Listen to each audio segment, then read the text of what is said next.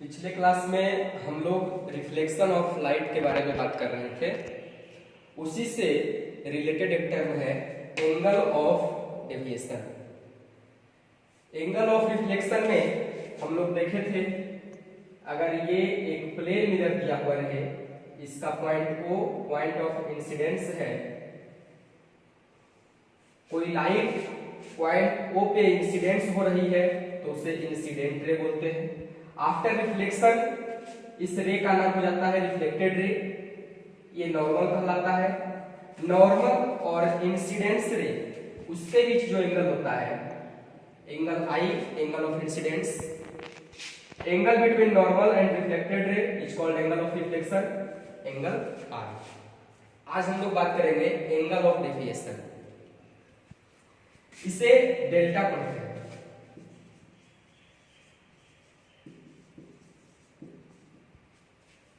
The angle between original path of incident ray and the reflected ray is called angle of deviation। अब ये light इस direction में आ रही है। After reflection अगर ये AO इंसिडेंट रे है, OB रिफ्लेक्टेड रे है, अगर ये मिरर नहीं होता, MON एक मिरर है, अगर ये मिरर नहीं होता तो AO रे अपने प्रॉपर्टी लाइट स्ट्रेट लाइन में मोशन करती है, इस डायरेक्शन में जाती, एंगल M से है, तो एंगल इस डायरेक्शन में जाएगा। OB आपका रिफ्लेक्टेड रे है तो इसको बोल सकते हैं ओरिजिनल पाथ, तो AOQ ये ओरिजिनल पाथ ऑफ लाइट है।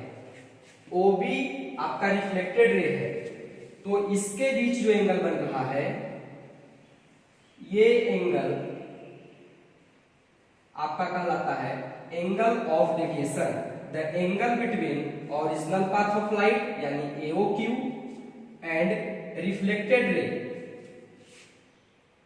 OB, इसके बीच के एंगल को हम लोग बोलते हैं angle of deviation. Angle of deviation equal to 180 degree minus angle I plus angle R, यानी जो इंसिडेंस एंगल है और रिफ्लेक्टेड एंगल है, दोनों को सम करके आप अगर 180 में सब्सट्रैक्ट करेंगे तब जो आपको रिजल्ट मिलता है वो होता है एंगल ऑफ डेविएशन। अब इसे एक न्यूमेरिकल के माध्यम से समझते हैं। इस न्यूमेरिकल में आपको MON एक प्लेन मिरर दिया हुआ है, AO इंसिडेंट रे है, OB रिफ्लेक्टेड रे है। आपको एंगल ऑफ डेविएशन यानी एंगल डेल्टा का मान बताना है कि एंगल ऑफ डेविएशन कितना होगा। तो सबसे पहले हम लोग देखेंगे कि यहाँ पर एंगल ऑफ डेविएशन बन कहां पे रहा है। आपका एंगल AOP है, ये इंसिडेंस एंगल हो गया या angle of incidence. Angle POB ये आपका एंगल ऑफ रिफ्लेक्शन है। तो एंगल ऑफ डेविएशन के बारे में अभी डेफिनेशन पढ़े थे, angle between original path of incident ray and reflected ray. तो AO जो है ये आपका इंसिडेंस रे है, तो इसका ओरिजिनल पाथ इस डायरेक्शन में जाएगा, क्योंकि आपको पता है कि लाइट स्ट्रेट लाइन में मोशन करती है, प्रोपेगेट होती है। तो ये आपका हो गया ओरिजिनल पाथ ऑफ लाइट,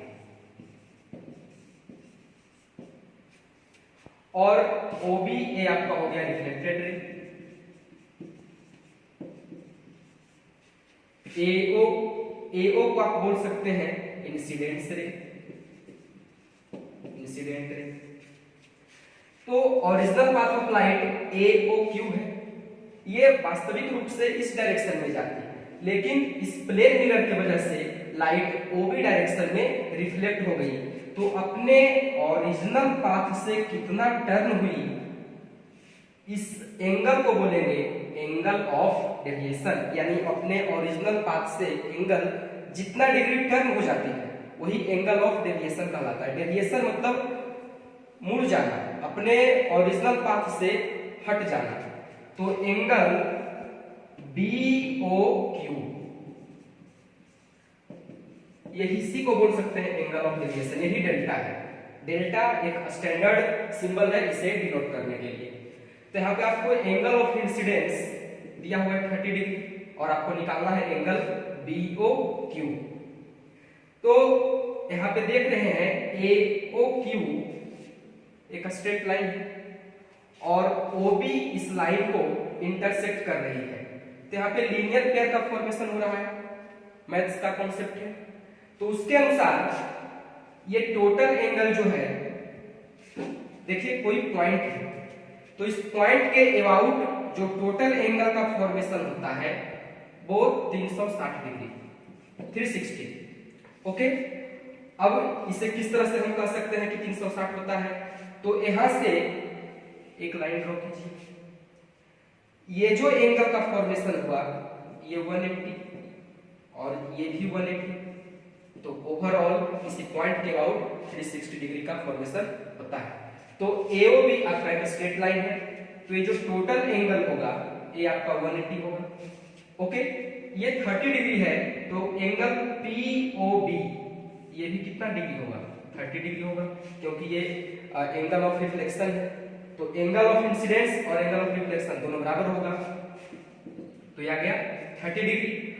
अब यहां से या तो हम डायरेक्ट स्टैंडर्ड फॉर्मूला से बना लें या फिर आप मैथ्स के कॉन्सेप्ट से एंगल BOQ प्राप्त कर लें। तो एंगल ये 30 डिग्री है, R भी 30 डिग्री है, तो ये एंगल निकालना है BOQ।